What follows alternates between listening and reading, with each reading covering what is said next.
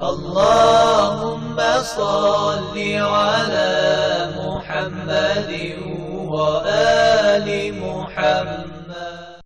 Bismillahirrahmanirrahim. En el nombre de Dios, el clemente, el misericordioso, la paz de Dios sea con todos sus profetas. Ahora comenzaremos con la prueba del orden que venimos hablando. Esta prueba consiste en algo muy simple. Cuando uno contempla el universo, cuando hablamos del universo no solo hablamos del universo externo, hasta el microcosmo también, digamos, el mismo ser humano y el mismo individuo puede autoobservarse, autocontemplarse y meditar sobre uno mismo, encuentra que todo este sistema está regido por una serie de normas y de leyes.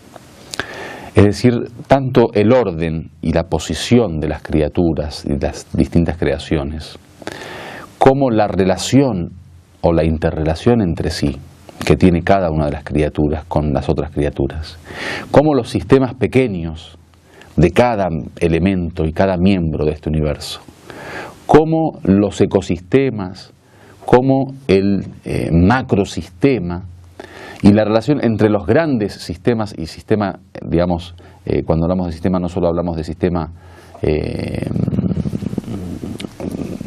elemental, sino también de los sistemas complejos. En todo eso uno ve constantemente un único orden. Llamémoslo armonía, como habíamos dicho anteriormente, llamémoslo equilibrio. Lo que vemos es que hay un gran orden que gobierna todo este universo en todas sus facetas y en todas sus dimensiones. ¿Qué quiero decir? Que como bien lo comprobó la ciencia, para que pueda existir, por ejemplo, la vida en el universo, se tiene que dar una serie de condiciones en muchísimas dimensiones de este universo, basados en una ley y en un orden que tiene sus normas y que gobierna cada una de las partículas de este universo. Por lo tanto, lo que uno ve muchas veces como un acto simple y como algo que parece tan común para nosotros porque estamos tan acostumbrados a verlo y a contemplarlo, cuando uno medita en su realidad, se da cuenta que detrás de ello existe un gran poder, un gran conocimiento, una gran sabiduría, una gran administración, un gran señorío, que eso no puede ser ni producto de la nada ni producto de la casualidad, sino producto de un ser supremo que es el creador del universo y es quien le da a todo este universo ese tinte de orden, armonía y equilibrio. Ese es un poco el resumen. Ahora vamos a dar algunos ejemplos como para poder tener en cuenta que esto que hablamos de contemplación y meditación no es que uno, digamos, lo dice por cuestión de discurso. Es una realidad que si uno se pone a pensar sinceramente, termina destruyendo todas esas propuestas imaginarias del materialismo científico que no tienen ningún tipo de sustención o no son sustentadas, digamos, por ninguna verdad ni axiomática, ni teórica, ni compleja.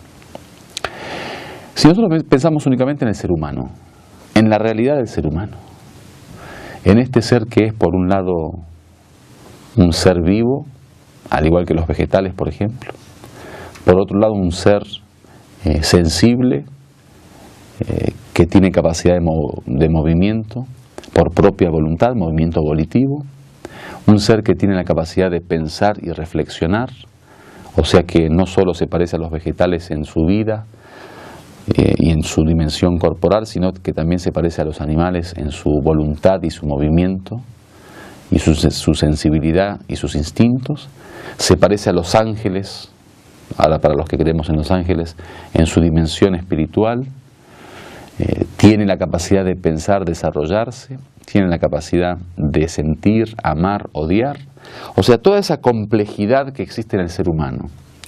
Si vemos únicamente la parte corporal del ser humano, así como tenemos narraciones del Imam Sadiq alayhi salam en ese libro de Tawhid, el monoteísmo de Mufaddal que habíamos hablado, solo tomemos en cuenta, por ejemplo, la visión, la vista, el ojo, cuando uno puede mirar y ver a través del ojo, que no deja de ser un pedazo de de grasa, por decir así. Un pedazo digamos, es un pequeño cuerpo que a través de ello uno tiene la capacidad de poder ver la belleza del universo y la estética, la armonía de lo que nos rodea. Esas imágenes que nos quedan después son, por ejemplo, depositadas en nuestra mente. El cerebro tiene la capacidad de memorizar, o sea, depositar esas imágenes, aunque sean miles y miles y miles, como suele ocurrir en la vida de un ser humano durante muchísimos años.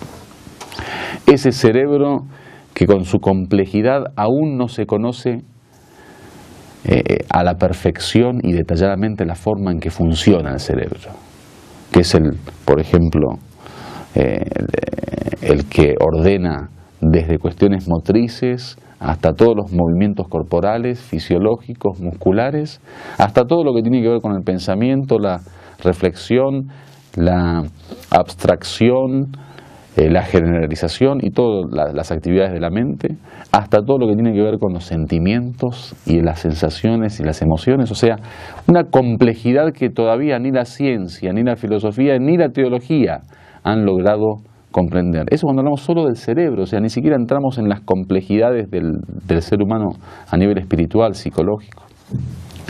Si agarramos, por ejemplo, fenómenos que ocurren en la vida del ser humano, como la vida y la muerte, o sea, que un ser humano nazca del encuentro entre un esperma, por ejemplo, y un óvulo.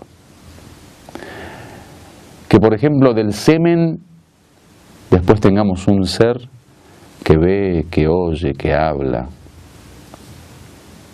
O sea, esa grandeza que uno ve en ese fenómeno que los materialistas llaman natural, pero que en realidad no tiene nada de natural, porque no es natural que un líquido como lo es el semen, por ejemplo, a través del esperma pueda transformarse en un hombre. O sea, si uno no estuviera acostumbrado a este fenómeno, veríamos cada fenómeno de la vida como un milagro. O sea, no es normal que un líquido como el que está adentro del huevo, la yema y la clara, termine transformándose, por ejemplo, en un ave con picos, con alas, que vuela, con plumas. Entonces, toda esa realidad, que como bien dije, como se nos hizo costumbre, parece simple, no es más que la complejidad de un gran orden, en un gran sistema, con un gran conocimiento, un gran poder, una gran voluntad, que hace posible eso. Del mismo modo el tema de la vida en sí, cuando el Corán dice, por ejemplo, que Dios saca al ser vivo del muerto, o al muerto del vivo. En esa primavera que vemos todo el verde como comienza a nacer y comienza a florecer y comienza la vida